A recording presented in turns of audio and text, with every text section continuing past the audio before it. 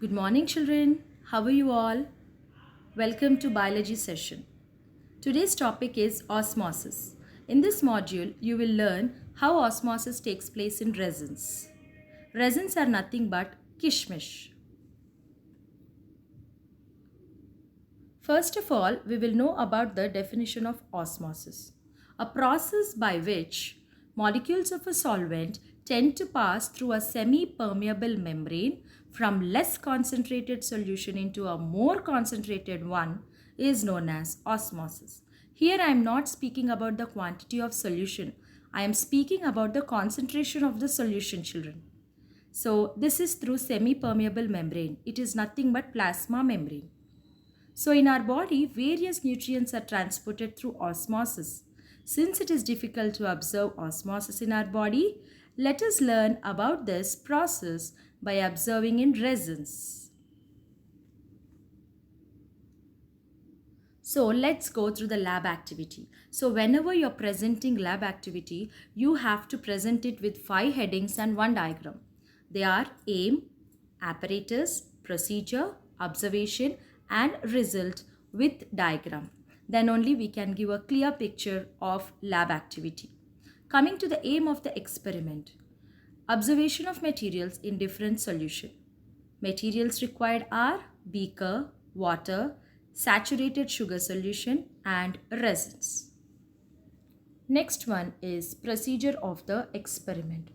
So we have to take a beaker, fill it with 100 ml of water and keep dry resins in that and leave it for 1 hour. You will observe that the resins are swollen.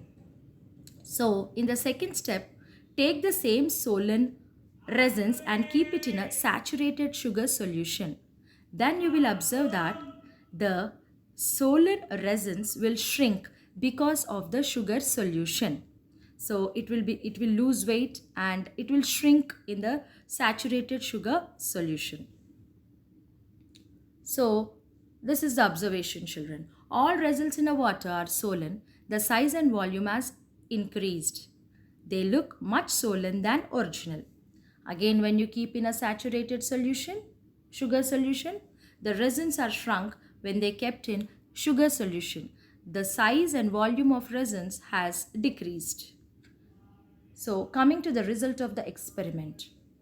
So when resins are kept in water, they increase in size due to endosmosis, children, because the cell here is representing the kishmish is representing a cell. So when the water is entering into the cell, then it is endosmosis. So when resins are kept in saturated sugar solution, they shrink due to exosmosis.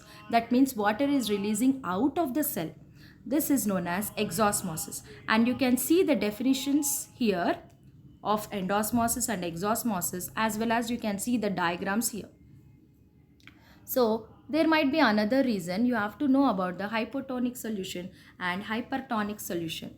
So resins swell because of hypotonic solution, that is endosmosis, and in the sugar solution it is hypertonic solution, that is exosmosis.